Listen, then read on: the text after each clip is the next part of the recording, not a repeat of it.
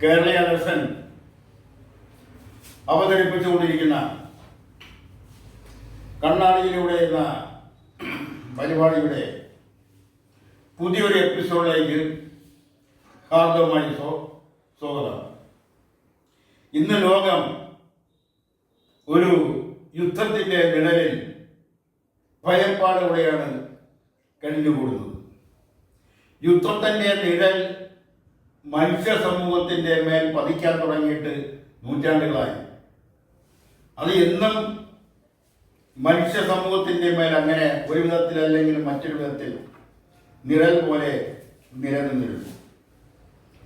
ഏതൊരു യുദ്ധത്തിലും ആ യുദ്ധത്തിനുമായിട്ട് ബന്ധപ്പെട്ട് ആദ്യം പറയപ്പെടുന്ന രാഷ്ട്രങ്ങൾ പേരുകളിൽ ഒന്നാണ് അമേരിക്ക.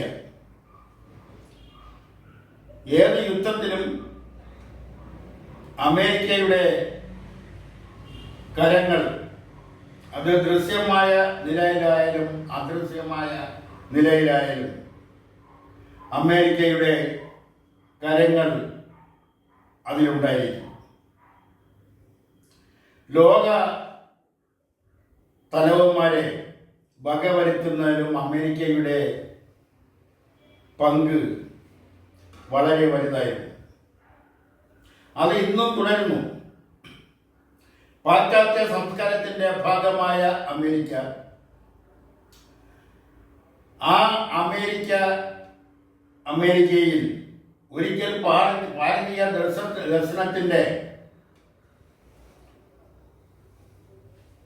ചിന്തകനായ ദാർശനികനായ സ്വാമി വിവേകാനന്ദൻ അമേരിക്ക സന്ദർശിച്ചിട്ട് പാശ്ചാത്യ സംസ്കാരത്തെക്കുറിച്ച് പഠിക്കുകയും പാശ്ചാത്യ സംസ്കാരവും ഇന്ത്യൻ സംസ്കാരവും തമ്മിൽ കൂട്ടിയോജിപ്പിച്ചുകൊണ്ട് പാശ്ചാത്യ ദർശനങ്ങളും ഭാരതീയ ദർശനങ്ങളും തമ്മിൽ കൂട്ടിയോജിപ്പിച്ചുകൊണ്ട് നിരവധി ലേഖനങ്ങൾ എഴുതുകയും പ്രസംഗങ്ങൾ നടത്തുകയും ചെയ്തു. ലോകത്തിൻ്റെ പല ഭാഗങ്ങളിലും അദ്ദേഹം പല മതസംഘടനകളുടെയും വേദികളിൽ ഭാരതീയ ദർശനത്തെ ഉയർത്തിപ്പിടിക്കുന്നതോടൊപ്പം തന്നെ പാശ്ചാത്യ ദർശനങ്ങളുടെ കൂടി ഉൾക്കരുത്ത്, അന്തസത്ത ഉൾപ്പെടുത്തിക്കൊണ്ട് ഭാരതീയ ദർശനവും അമേരിക്കൻ ദർശനവും തമ്മിൽ സംയോജിപ്പിച്ചുകൊണ്ടുള്ള പ്രഭാഷണങ്ങൾ അദ്ദേഹം പല വേദികളിലും നടത്തി. ഇത് 1.25 നൂറ്റാണ്ടിന് മുമ്പാണെന്ന് ഓർക്കണം. ആദ്യത്തെ അമേരിക്കൻ സന്ദർശനം കഴിഞ്ഞ് സ്വാമി വിവേകാനന്ദൻ ഭാരതത്തിൽ മടങ്ങി വന്നതിന് ശേഷം രണ്ടാമത്തെ അമേരിക്കൻ സന്ദർശനം കഴിഞ്ഞ് തിരിച്ച് ഭാരതത്തിൽ വന്ന സ്വാമി വിവേകാനന്ദൻ ലോകത്തിന് ഒരു മുന്നറിയിപ്പ് നൽകി, ഒരു മഹത്തായ മുന്നറിയിപ്പ്.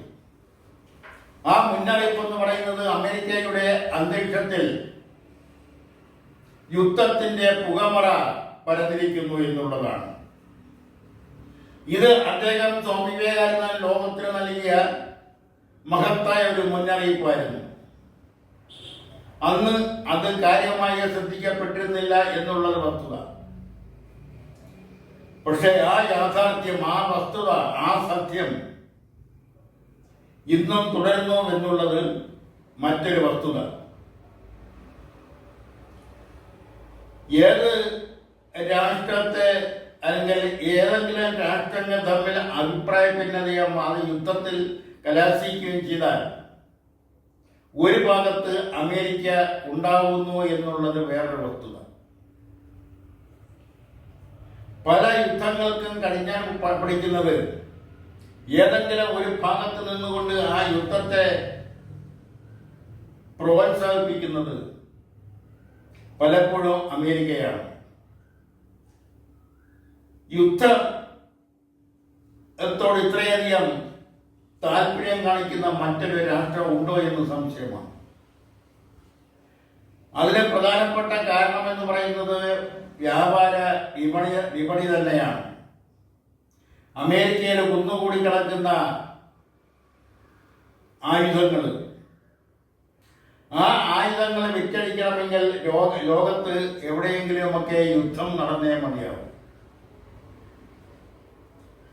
അതൊരു പ്രധാന കാരണമാണ് യുദ്ധത്തെ അമേരിക്ക പ്രോത്സാഹിപ്പിക്കുന്നതിനുള്ള കാരണങ്ങളിലൊന്ന്. ഗൾഫ് രാഷ്ട്രങ്ങളിലെല്ലാം അമേരിക്കയുടെ ആയുധ സേനം, സൈനിക താവളങ്ങൾ പ്രവർത്തിക്കുന്നു. അത് ഗൾഫ് മേഖലയെ രക്ഷിക്കാനെന്ന ധാരണയാണ് ഗൾഫ് രാഷ്ട്രങ്ങൾക്കുള്ളത്. അത് ശരിയോ തെറ്റോ ആയിക്കൊള്ളട്ടെ. എന്നാൽ അമേരിക്കയെ പോലുള്ള ഒരു വൻകിട ശക്തിയുടെ താവളം അത് മറ്റൊരു രാഷ്ട്രത്തെ, പ്രത്യേകിച്ചും അറബ് രാഷ്ട്രങ്ങളിലെല്ലാം അമേരിക്കയുടെ സൈനിക താവളങ്ങൾ നിലനിൽക്കുന്നുവെന്നുള്ളത് ലോക ജനത ഭയാശങ്കയോടെയാണ് നോക്കിക്കാണുന്നത്. അതൊരു യുദ്ധത്തിന്റെ മുന്നറിയിപ്പാണ്. കാരണം ഒരു യുദ്ധമുണ്ടായാൽ അതിന്റെ കെടുതികൾ മാറിക്കിട്ടാൻ പതിറ്റാണ്ടുകളും ചിലപ്പോൾ നൂറ്റാണ്ട് തന്നെ കഴിഞ്ഞിരിക്കും. നൂറ്റാണ്ടിലധികം തന്നെ വേണ്ടിവരും. രണ്ടാം ലോക മഹായുദ്ധത്തിന്റെ കെടുതികൾ, ദുരന്ത ഫലങ്ങൾ ഇന്നും മനുഷ്യ സമൂഹം അനുഭവിച്ചുകൊണ്ടിരിക്കുന്നു. ചില രാഷ്ട്രീയ നേതൃത്വങ്ങൾ, ഭരണകൂടത്തിന്റെ നിലനിൽപ്പിന് വേണ്ടി യുദ്ധം അനിവാര്യമാക്കുന്ന ഒരു പ്രവണതയും ലോകത്തുണ്ട്. അത് പലപ്പോഴും അമേരിക്ക ഒരു വശത്ത് നിന്നുകൊണ്ട് യുദ്ധം അനിവാര്യമാക്കിയിട്ടുമുണ്ട്. ഇവിടെ എങ്ങനെയാണ് ഒരു ഭാഗത്ത് അമേരിക്കയും ഇസ്രായേലും നിൽക്കുമ്പോൾ മറുഭാഗത്ത് അവരെ നേടാൻ മറ്റൊരു രാജ്യമായ ഇറാൻ, അമേരിക്ക പോലുള്ള ഒരു വൻ ശക്തിയെ ഒറ്റയ്ക്ക് നേടാൻ ഇറാന് കഴിയുമോ എന്ന കാര്യത്തിൽ എല്ലാവർക്കും സംശയമുണ്ട്. പിന്നെ എങ്ങനെയാണ് അമേരിക്ക പോലുള്ള ഒരു വൻകിട രാഷ്ട്രത്തെ, ഒരു സമ്പന്ന രാഷ്ട്രത്തെ, 38-ലധികം ശതമാനമുള്ള GSP ഉള്ള ഒരു രാഷ്ട്രത്തെ എങ്ങനെയാണ് ഇറാൻ ഒറ്റയ്ക്ക് നേടാൻ കഴിയുക? ഇറാനെതിരെ അണിനിരക്കാൻ ഒട്ടുമിക്ക രാഷ്ട്രങ്ങളും തയ്യാറാവുന്നില്ല. കാരണം ഭയമാണ്. അമേരിക്ക തീരുമാനിക്കുന്നു ലോക മാർക്കറ്റിൽ എന്തെല്ലാം നടക്കണമെന്ന്. അവർ തീരുവ വർദ്ധിപ്പിക്കുന്നു, പിന്നെ കുറയ്ക്കുന്നു. അങ്ങനെ എന്തെല്ലാം അവർക്ക് തോന്നിയ പടി ലോകത്തിന്റെ മേൽ, പ്രത്യേകിച്ചും അപരിചിത രാഷ്ട്രങ്ങളുടെ മേൽ അടിച്ചേൽപ്പിക്കുന്ന ഒരു പ്രവണത അമേരിക്കയ്ക്കുണ്ട്. പല രാഷ്ട്ര തലവന്മാരെയും ഇല്ലാതാക്കിയ കാര്യത്തിൽ അമേരിക്കയുടെ പങ്കുണ്ട്. അത് ഇറാഖിലെ സദാം ഹുസൈന്റെ കാര്യത്തിലായാലും, വെനീസിലെ രാഷ്ട്രത്തലവന്റെ കാര്യത്തിലായാലും, ഇപ്പോൾ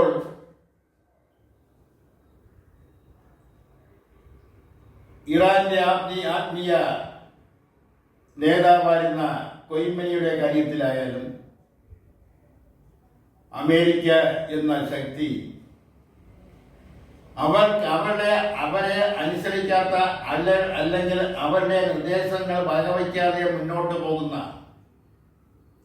അങ്ങനെ മുന്നോട്ട് പോയി ശക്തി തെളിയിക്കുന്ന രാഷ്ട്രങ്ങളെ ഇല്ലായ്മ ചെയ്യുക എന്ന അമേരിക്കയുടെ പൊതു തത്വം.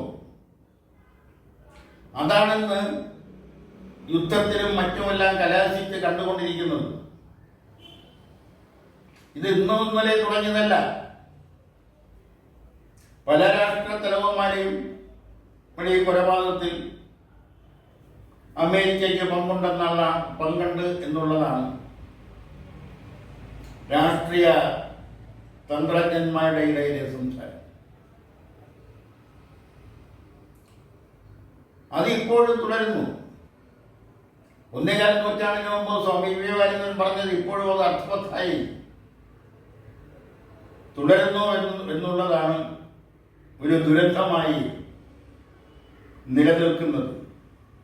യുദ്ധമുഖത്തുണ്ടാകുന്ന ദുരന്തങ്ങൾ, അവിടെ നടക്കുന്ന മനുഷ്യക്കുരുതികൾ, അവിടെ നടക്കുന്ന മനുഷ്യർക്ക് നേരെ ഉണ്ടാകുന്ന ആക്രമണങ്ങൾ, ആ ആക്രമണത്തിൽ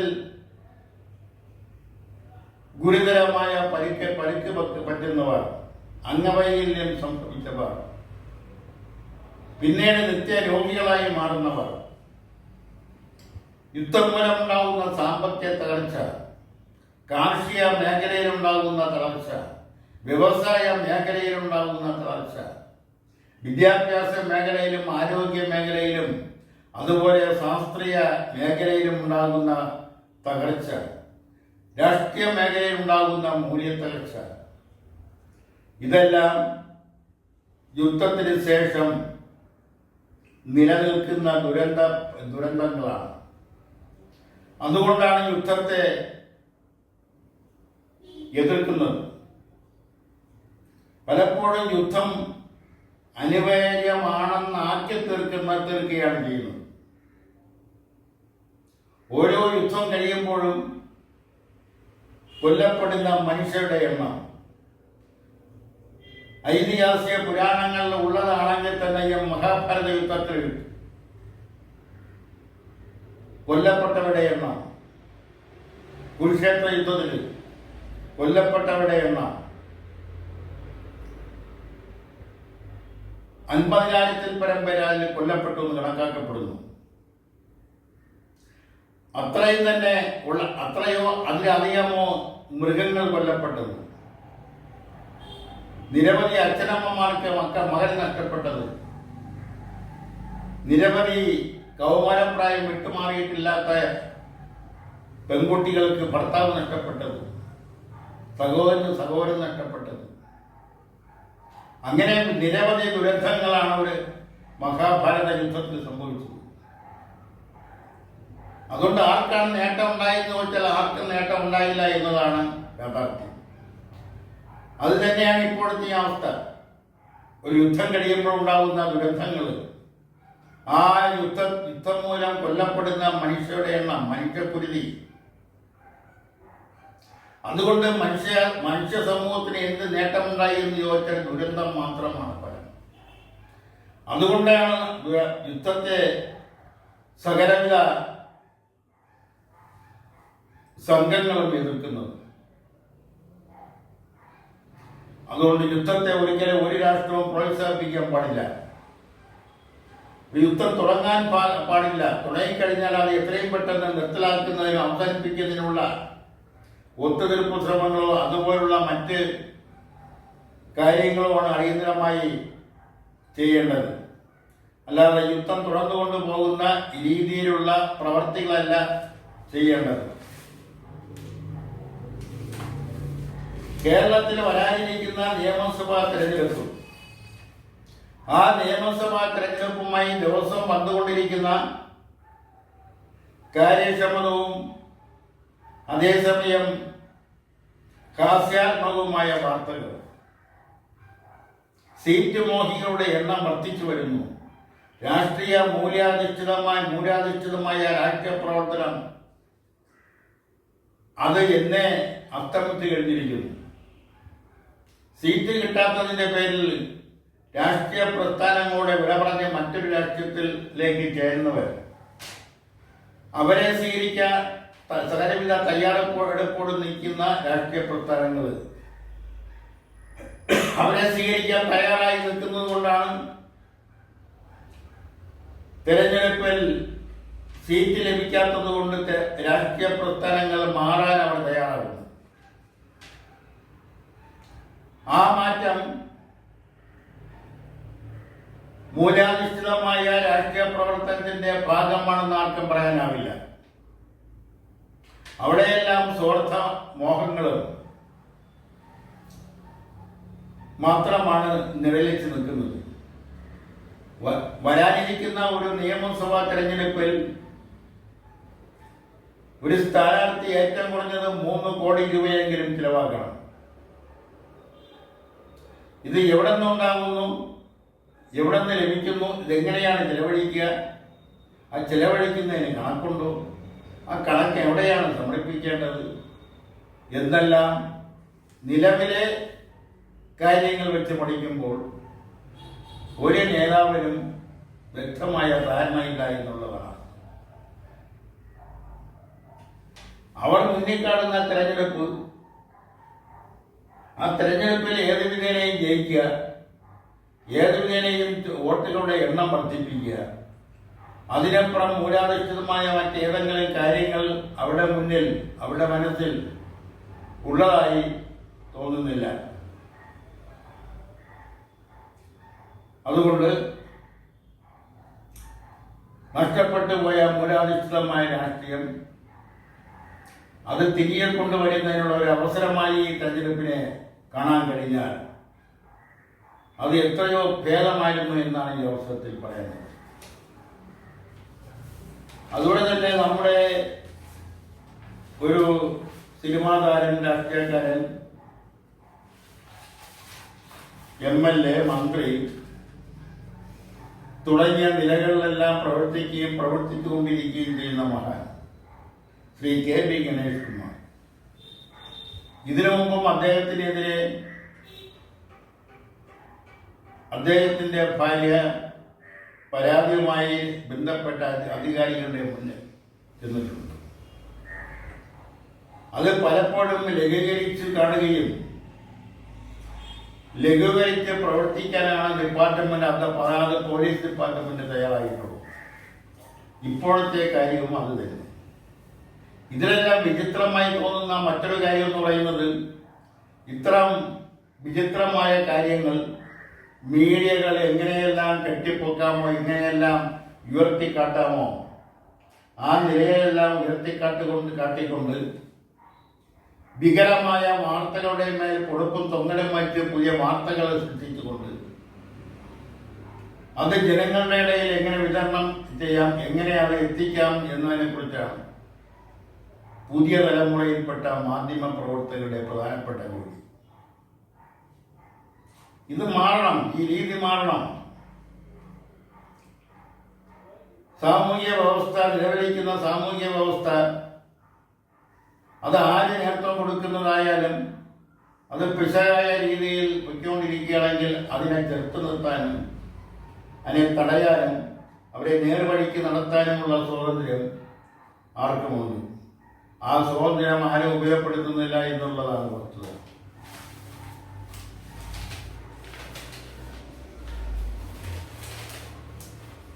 ഗണേഷ് കുമാറിനെ സംബന്ധിച്ചിടത്തോളം അദ്ദേഹത്തിന് സ്ത്രീ വിഷയവുമായി ബന്ധപ്പെട്ടിട്ടുള്ള കാര്യങ്ങൾ ആദ്യമായിട്ടല്ല. അത് അദ്ദേഹത്തെ ചുറ്റിപ്പറ്റിയുള്ള അദ്ദേഹത്തിന്റെ സഹപ്രവർത്തകരും സുഹൃത്തുക്കൾ, അദ്ദേഹത്തിന്റെ പേഴ്സണൽ സ്റ്റാഫിലുള്ളവര്, അവരെല്ലാം കൂടി തന്നെയാണ് ഒരുപക്ഷെ KB ഗണേഷ് കുമാറിനെ മറ്റൊരു വഴിയിലൂടെ കൊണ്ടുപോയി ചില തെറ്റായ പ്രവർത്തികൾ ചെയ്യിക്കാൻ ശ്രമിക്കുന്നു. അവർക്കതിന് എവിടെ നിന്നൊക്കെയോ ഫീസുകൾ ലഭിക്കുന്നുണ്ട്. ഈ പ്രവണതയും കണ്ണുമടച്ച് അംഗീകരിക്കാനാവില്ല. അതുപോലെ ഇപ്പോൾ എടുത്തു പറയേണ്ടി വരുന്ന മറ്റൊരു കാര്യം,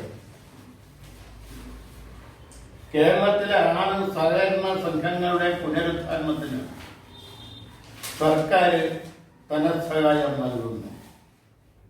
ആ സഹകരണ സംഘങ്ങൾ എന്ന് പറയുന്ന സാമ്പത്തിക പ്രതിസന്ധി നേരിടുന്ന സഹകരണ സംഘങ്ങളെ സഹായിക്കുന്നതിന് സഹകരണ പുനരുദ്ധാരണ നിധിയിൽ നിന്നാണ് ഈ പണം നൽകുന്നത്.